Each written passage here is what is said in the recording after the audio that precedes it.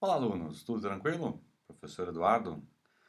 Na aula de hoje a gente vai continuar o nosso assunto sobre reprodução e nós vamos, com esta aula de hoje, estabelecer alguns tipos de conceitos sobre a reprodução por si só, tá? Então, retomando algumas ideias do que nós vimos na última aula, o processo de reprodução é a característica que todos os seres vivos possuem, né?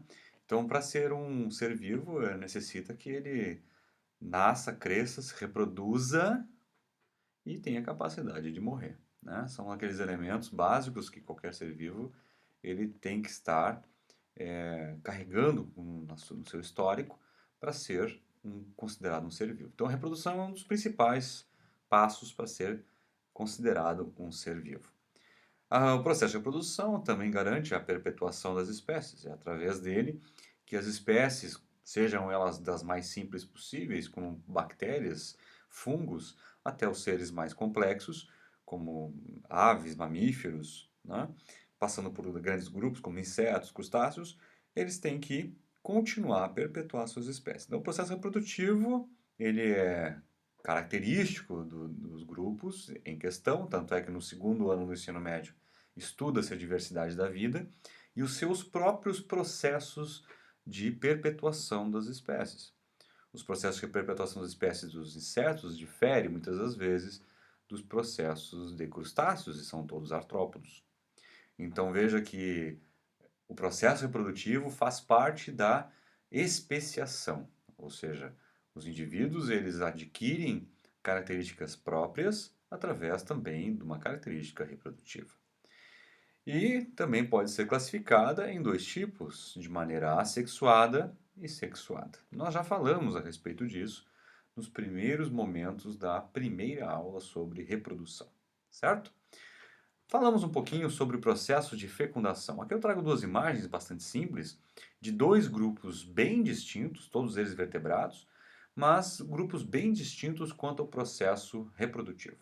Fecundação é uma união de um espermatozoide com um óvulo. É um conceito muito simples, que isso caminha desde o teu ensino fundamental, mas a fecundação ela pode ser tida de duas características. E isso no ano que vem, no segundo ano do ensino médio, vai fazer diferença para ti. A fecundação ela pode ser da mais simples possível. A fecundação externa. A fecundação externa é a mais simples porque ela lança todas as células reprodutivas no meio ambiente.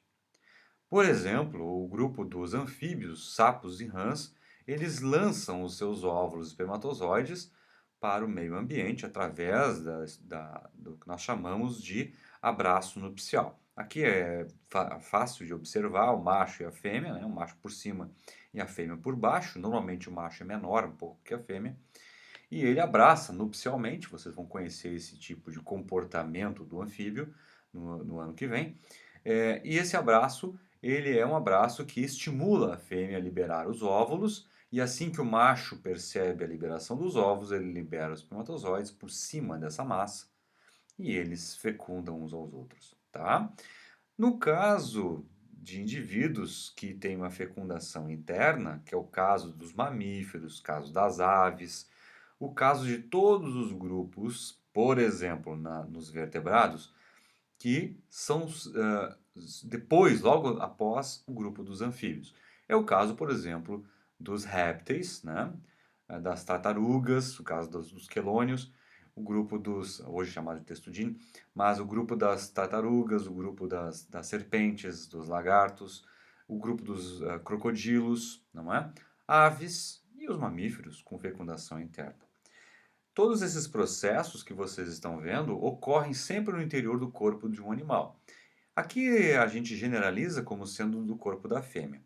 Sempre tem as exceções. Biologia não é uma ciência exata, mas sempre tem as exceções. A pergunta que eu vou fazer a vocês, que vocês comecem a martelar na mente, é o porquê que um indivíduo libera no meio ambiente e o porquê que o indivíduo tem a necessidade de liberar no interior da fêmea o seu material genético. Tudo está relacionado com o local aonde os animais estão inseridos. realiza o ambiente, o hábitat desse pequeno animal, o anfíbio, tá? Ele depende da água ainda, porque esse indivíduo precisa da fecundação externa, desculpa, ele depende da água porque a sua fecundação ainda é externa. A água, ela faz com que haja um meio viável para que os seus embriões se desenvolvam. São ovos tidos como ovos sem casca. E eles ressecam se forem postos no meio ambiente terrestre, que é o caso aqui dos nossos boi e vaca, não é? Se eles fizessem esse tipo de cópula no meio externo, eles fariam com que as suas células não fossem viáveis. Então, com o meio úmido próprio aqui no interior desses animais terrestres, os embriões têm condições de se desenvolver, tá? Então, é toda uma condição ambiental para os próprios embriões, né? Para as próprias células poderem gerar os próprios espermatozoides, perdão, próprios zigotos, né? Os indivíduos que vão dar origem aos embriões, certo? O processo de fecundação é representado aqui nessa figurinha, que mostra na figura A um processo, a fecundação, né? O nome já diz, né? Fecunda, né? É quando tu tens uma grande célula, vamos reconhecer quem está participando do desenho.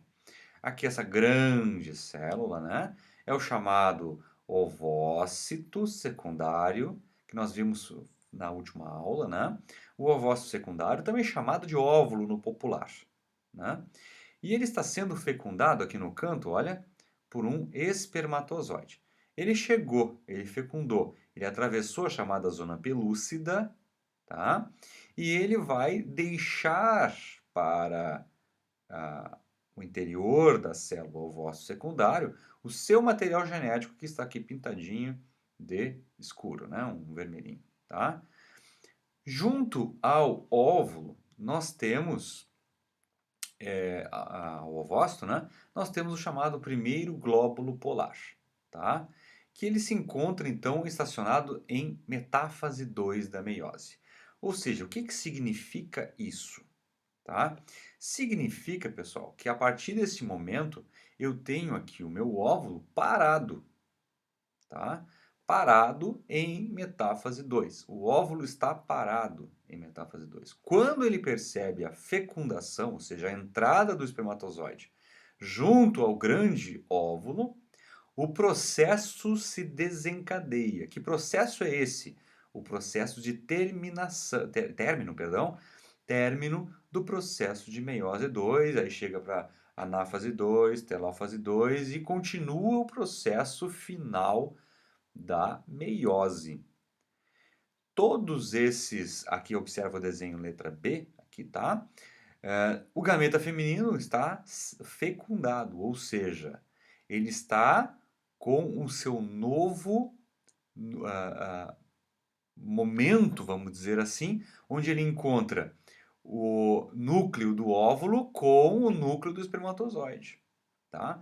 É só para deixar claro aqui, ó, esse pequeno rabisco, vamos dizer assim, ele era, né, a cauda do espermatozoide. A cauda do espermatozoide, ele não adentra o óvulo, ele fica para o lado de fora. Assim como essa pequena pecinha que está aqui, que nós vamos falar dela mais à frente, tá? Uma pecinha que fica bem aqui no canto, eu já mencionei no primeiro trimestre, é uma pecinha chamada peça intermediária, que ela está repleta de mitocôndrias. O espermatozoide, quando se forma, ele se diferencia, não é? Ele vai concentrar as suas mitocôndrias todas nessa peça intermediária. Mitocôndria é rica em ATP. Lembra disso? Rica em ATP. E por que tem que estar ali? Opa, perdão. Por que tem que estar ali essa peça rica em ATP, em energia? Para movimentar o flagelo do espermatozoide, levando o material genético em direção ao óvulo. Tá? Então, a partir deste momento, eu tenho o núcleo que terminou o processo de mitose, que tinha parado em metáfase 2, ele terminou e agora vai encontrar com o núcleo do espermatozoide. E aí que começa o processo de união originando um novo zigoto. Certo, pessoal? Então, nota uma coisa. A gente tem fases para a fecundação que devem ser, sim, observadas.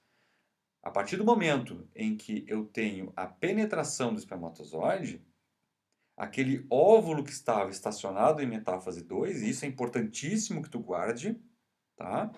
Ele dá sequência no processo final de meiose que ele começou lá na vida intrauterina, tá? Então, a partir do momento em que o espermatozoide entra, ele desencadeia o processo. É como se ele reativasse o processo meiótico no óvulo, tá bem? A partir desse momento, ele começa o processo de união entre o material genético de um e de outro, espermatozoide e óvulo, e o desenvolvimento de um novo zigoto. Tudo bem? Vamos falar um pouquinho sobre a reprodução sexuada, que é o nosso caso, né? O caso que nós vamos estudar este ano. Reprodução assexuada fica mais para o segundo ano do ensino médio, onde vocês vão estudar a diversidade da vida. Na reprodução sexuada, há 3 características básicas. Tu tem que ter reprodução de células haploides por meio de meiose. Formação do que tu conhece como gameta. União de 2 células, que são haploides, para formar um novo indivíduo diploide. Isso aqui é fundamental, pessoal. Tá? Então, a partir do momento de 2 células, que eu tenho 2 células haploides, e eu tenho a união dessas 2 células haploides, eu sempre vou ter uma célula diploide. Tá? De início. Quando essas células entram no processo de diferenciação, multiplicação e diferenciação, todas essas células vão gerar um indivíduo diploide. Tá? A formação de seres geneticamente diferentes dos genitores. Esse processo de reprodução sexuado, ele sempre vai formar seres que são da mesma espécie, porém geneticamente diferente dos seus genitores, dos seus pais. Tá? Devido a um único evento que tu já aprendeu e colocou numa prova na tua época, chamado de crossing over. Certo?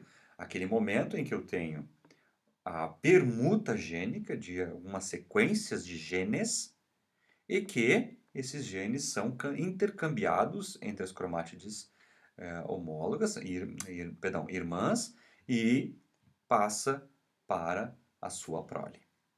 Tudo bem? Vamos observar a anatomia do gameta, por assim dizer, né? Anatomia ou morfologia. Vamos falar morfologia, morfos vem de forma, né? Vamos falar um pouquinho da morfologia dos gametas masculino e feminino. À esquerda, o espermatozoide, à direita, o óvulo. À esquerda, nós temos aqui uma célula completamente modificada.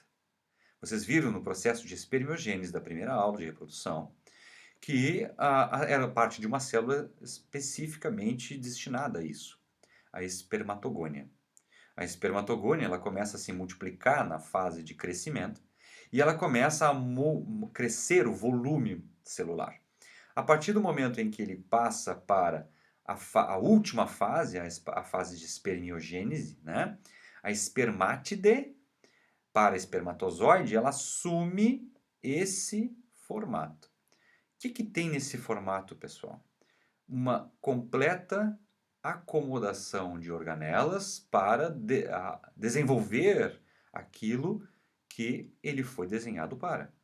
Aqui nós temos uma cabeça, que nós chamamos, né, a cabeça, toda ela aqui, e essa primeira peça que tu está enxergando aqui com um nome esquisito de acrosoma, acros quer dizer ponta, soma corpo, o corpo da ponta. Esse corpo da ponta, ele está repleto de complexo de Golgi. O complexo de Golgi, que tu ouviu falar no primeiro trimestre, ele volta para cá. Por quê? O complexo de Golgi ele tem uma característica, ele produz e armazena e libera secreções de origem proteica. Bom, uma das situações que tu tem que imaginar é que esse espermatozoide ele tem uma missão: penetrar no óvulo e levar a informação. Se eu tenho na ponta do acrosoma uma quantidade grande de complexo de Golgi, esse complexo de Golgi está cheio de enzimas que vão degradar a estrutura protetora do óvulo.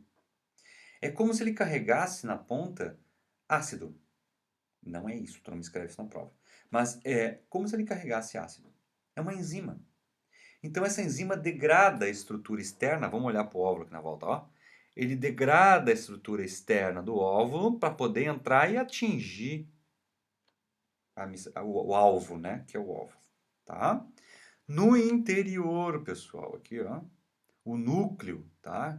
Que fica coberto pelo acrossoma, nós temos aqui esse núcleo. O núcleo diz tudo. Aqui está o material genético do pai, tá? Aqui está a parte haploide que o pai contribuiu para a prole. Logo embaixo está o colo, aonde se afina, não é? Ele assume uma função hidrodinâmica, observa só o formato dele, é hidrodinâmico. Ele está envolto em fluido. E aqui nessa chamada peça intermediária, que eu já citei isso para ti, está repleto de quê? Mitocôndrias. Essa peça está cheia de ATP para impulsionar a chamada cauda, flagelo, o que tu queiras dizer, tá? Essa cauda, ou cauda do espermatozoide ou flagelo, ele é um motor, tá? Ele é um motor pela qual o espermatozoide se move. Ele é fruto de uma modificação de uma organela chamada de centríolos. Se tu lembrar do primeiro trimestre, os centríolos, uma das últimas organelas que estudamos, os centríolos eles têm uma função. A função deles é fazer o processo de divisão celular, tanto mitose quanto meiose, e o outro é formar cílios e flagelos. Tá? Flagelo está aqui, tá bom? Vamos observar à direita. Estão em tamanho desproporcional, tá? Só para deixar claro. Aqui nós temos um óvulo.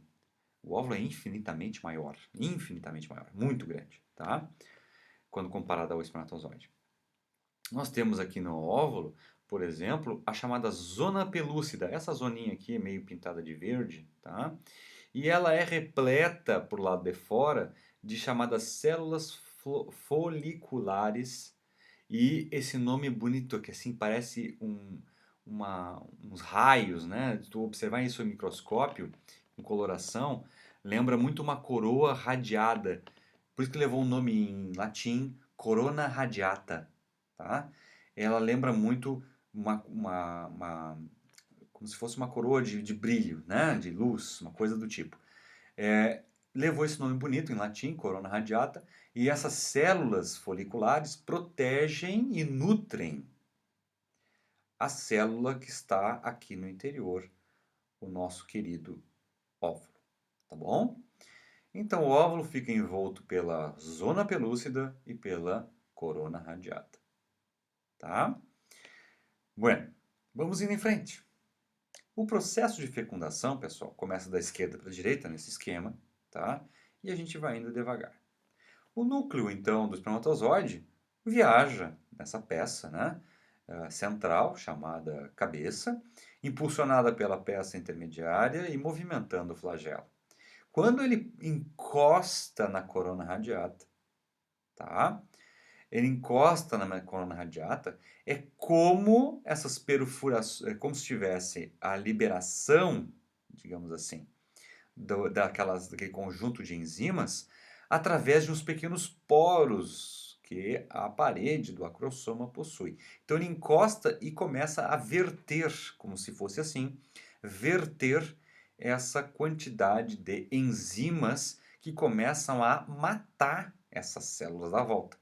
Elas degradam essa célula da volta e ele consegue, porque o espermatozoide não para de bater a cauda, né? Ele consegue, olha nesse estágio 3, ele consegue empurrar a peça e empurrar o material. Assim que ele começa a passar, ele também ainda tem um pouco de material enzimático para derreter a zona pelúcida que está aqui e atingir aquilo que nós chamamos de óvulo, na última fase. Pessoal, aqui tem várias coisas que podem acontecer que vão facilitar ou impedir a fecundação. Vamos imaginar que o homem ejacule 300 milhões de espermatozoides em média. São 300 milhões de missionários para tentar chegar nesse objetivo que nós estamos vendo aqui. Só um chega. Só um. Se esse um chegar, estimular todo esse processo que está enxergando aqui, e ele tiver pouca enzima digestiva e não atingir a corona radiata, perdão, não atingir aqui a zona pelúcida, já era a missão dele. Muitas das vezes o processo de fecundação para aqui, porque acaba a enzima e o material genético não consegue fazer a penetração, tá? Ele não entra em contato com o óvulo, ele não rompe, tá? Então, entre tantos outros processos que se evita a fecundação, que são possíveis de evitar, isso é por isso que muitas vezes se faz exames de espermiograma para verificar, entre tantas outras, o processo de formação do acrossoma, se está tudo bem e tudo mais, né? Às vezes casais têm dificuldade de engravidar e o homem começa a fazer exames, né? O homem vai ver os esperma, o material espermático que ele tem, para ver como é que é o comportamento do espermatozoide dele, né? Então, muitas das vezes acontece isso, o pouco material espermático, enzimático, que tem aqui no acrossoma, tá bom? A fecundação e anfimixia. Pô, que nome esquisito isso. Pois é, pessoal, são duas coisas bem diferentes. Vamos conceituar. Fecundação, já falamos. E eu vou colocar aqui um sinalzinho de igual na matemática com outro termo. Tu já ouviu falar em fertilização. Fertilizar é a mesma coisa que fecundar. É a mesma coisa. Fertilizar é o processo de união do óvulo ao espermatozoide. É unir um ao outro. É aquilo que tu viu lá no slide anterior. Aqui eu estou fazendo fecundação. Eu estou unindo o material genético do espermatozoide ao óvulo. A anfimixia é outra coisa. A anfimixia é um processo que acontece bastante, principalmente na maior parte dos animais. É a fusão dos pronúcleos, espermatozoide e óvulo, masculino e feminino. Ou seja, eles se unem, se fusionam. Uma ressalva que eu vou deixar aqui para vocês. Para a espécie humana, não há fusão de pronúcleos. Vou repetir. Para a espécie humana, não há fusão dos pronúcleos. Eles ficam muito próximos. Os acrossomos se condensam e entram em mitose. Aquilo que tu viu lá naqueles 2 slides para trás. Olha aqui. Voltei. Muito próximos. Ó. E começa um processo de mitose. Mitose de quem? De tudo isso aqui, gurizada. Tá? De tudo isso aqui, essa célula aqui, ela começa uma mitose. Aqui nós já temos o início de um zigoto. É o chamado ovo ou zigoto. Tá? Então nota que a espécie humana ela é distinta um pouco dos restos dos animais. Existe uma fusão dos pronúcleos masculino e feminino na maior parte dos animais. Espécie humana não acontece isso. Espécie humana não acontece isso e algum outro animal não acontece isso. Olha, até onde eu conheço, alguns primatas fazem a mesma coisa. Primatas, certo? Outros animais, não sei, tá? Não sei. Agora, primatas, em geral, não é todos, em geral, tem este comportamento, o material genético, tá bem? Aqui nós temos então a fusão, né? Só para mostrar aqui, né? O material genético, núcleo espermatozoide. A metáfase 2 do ovócito, onde ele parou, né? Aqui nós temos então o pronúcleo masculino, muito próximo, aqui ó, do material, perdão, do espermatozoide, né? O corpúsculo polar aqui desse lado, o pronúcleo feminino, o pronúcleo masculino, o fuso mitótico, continuando o processo de mitose, forma-se uma placa com material masculino e feminino, o material de um lado é o material do outro, o material de um lado é masculino e do outro feminino. E a primeira é a continuação, né, da anáfase, tá, para uma telófase já aqui no processo mitótico. O processo mitótico aqui, ó, já começam a se formar as primeiras células. De uma célula eu tenho duas, 4, 4, 8, 8, 16, 32, 64. Quando chega em 64, acontece alguns passos que eu vou mostrar para vocês nas próximas aulas sobre embriogênese. Tá certo? Fases da fecundação. A passagem do espermatozoide através da chamada corona radiata, lembra aquele conjunto bonito de células? Da corona radiata, a primeira delas, ela tem que fazer isso, o espermatozoide tem que vencer essa coroa. A penetração na zona pelúcida, muitos espermatozoides morrem ali. Uma coisa interessante que acontece, pessoal, a chamada reação zonal. Quando o espermatozoide ele adentra, ele começa a queimar vamos dizer queimar, né? Queimar, ele começa a derreter aquela chamada corona radiata, as propriedades da zona pelúcida, que eram um pouco fluíveis, vamos dizer assim, torna mais rígida, o que faz com que ela seja impenetrável para outros espermatozoides. A partir do momento que um único espermatozoide, olha aqui para o desenho de baixo, começa a romper a coroa radiata e atinge a zona pelúcida, a zona pelúcida, começa a se enrijecer. A propriedade química desse invólucro começa a mudar. E esse espermatozoide que vem aqui, começa a derreter aqui a corona radiata, ele vai tentar, não consegue mais. Já foi selecionado o espermatozoide melhor, vamos dizer assim. Fusão das membranas plasmáticas do ovócito, e espermatozoide. Término da segunda divisão meiótica e formação do chamado pronúcleo feminino. A formação do chamado pronúcleo masculino. E depois a chamada, aspas, união dos pronúcleos. Por que eu chamei aspas? Porque tem que fazer umas ressalvas para a espécie humana. A espécie humana não une pronúcleo, né? Eles se aproximam e começam o processo mitótico, tá?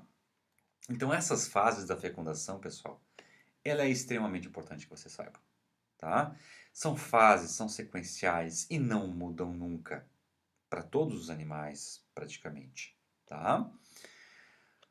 Consequências básicas da fecundação. Bom, parece até uma coisa negativa, né? Consequência da fecundação.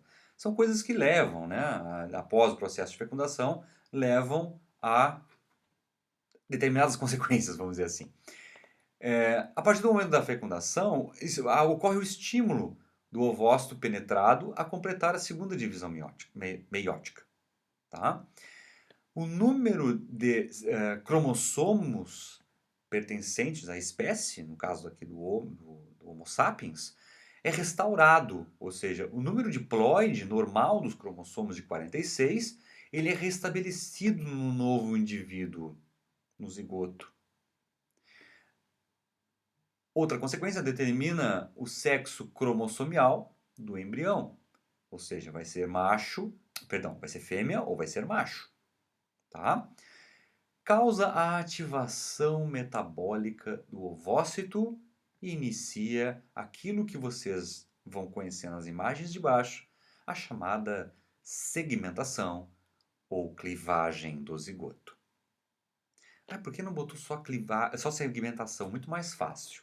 Pessoal, é que aparece esse termo nas questões, aparece nos livros, e não adianta tu ficar fugindo dos termos. Não vai adiantar.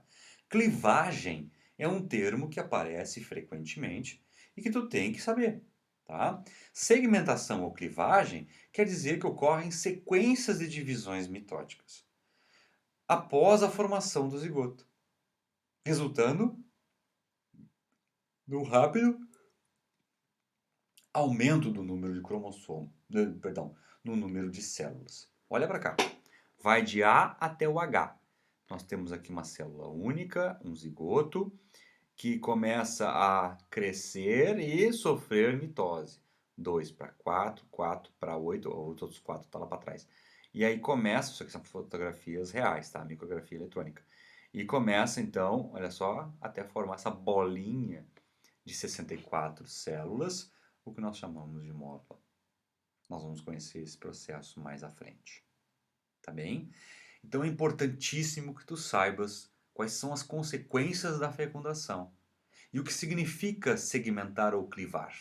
A clivagem são sequências de divisões mitóticas que partem a partir do zigoto. Tá bem? Vamos em frente. Essa imagem que finaliza nossa aula de hoje é uma imagem que muitas das vezes entra em questões de prova e que o aluno às vezes se perde um pouco, dá uma viajada na maionese, principalmente se a questão for discursiva. Como é que eu começo a olhar um diagrama como esse? Tenta observar o que se trata primeiro, não é? Nós estamos tentando aqui, trabalhando com reprodução, e sempre é importante procurar, nesse momento, a origem de onde está sendo desenvolvido o indivíduo. Cata aí, dá uma olhada. Se tu observar, esse gráfico, esse diagrama, vamos dizer assim, ele está categorizado em cores por tamanho. Isso é por tempo, tá? No caso aqui, o objeto de estudo são os anfíbios. Procura aqui, ó, no cantinho, espermatozoide e óvulo. O processo de gametogênese que ocorreu aqui nos adultos lançou duas células reprodutivas, dois gametas no ambiente, e houve o processo de fecundação e formação do zigoto. Através da formação desse zigoto, eu parto para o próximo processo. Todo zigoto ele já tem o número integral de cromossomos da espécie. A partir desse momento, eu posso começar a multiplicação destas células, dessa célula em células, né? Como vai começar o processo de desenvolvimento do embrião. As primeiras células sofrem mitoses, por exemplo, olha aqui, ó, e começam a multiplicar. A partir do momento que essa parte aqui em amarelo, azul e verde são fases que nós vamos ver mais à frente, tá? Nós temos aqui o processo, então, de embriogênese, tá? A embriogênese, aqui em verde, mais especificamente, a formação dos tecidos, a histogênese, a formação dos órgãos, a organogênese, tá? Então esses processos nós vamos conhecer nas próximas aulas. O que nós finalizamos hoje é o entendimento da primeira fase, a fase de formação dos gametas, a fecundação, o processo de multiplicação de células que vão dar origem a um novo indivíduo, tá? Paramos aqui então em segmentação e formação da chamada, paramos aqui, né? Formação da chamada blástula, né? Módula depois blástula. Eu nem falei desses termos ainda, porque eu vou começar um novo capítulo logo em seguida, quando oportuno, do processo de desenvolvimento embrionário a partir deste conceito aqui, tá bom? Essa imagem é do mesmo autor, Amabis e Marto, o mesmo autor do teu livro, tá bem? E para hoje a gente fica por aqui. Acompanhe o material que está disponibilizado, essa aula está disponibilizada já em PDF e não deixa para a última hora, certo, gurizada? Logo, logo vamos fazer uma P e a gente vai poder avaliar o que a gente aprendeu. Beleza? Um grande abraço, bons estudos e até a próxima!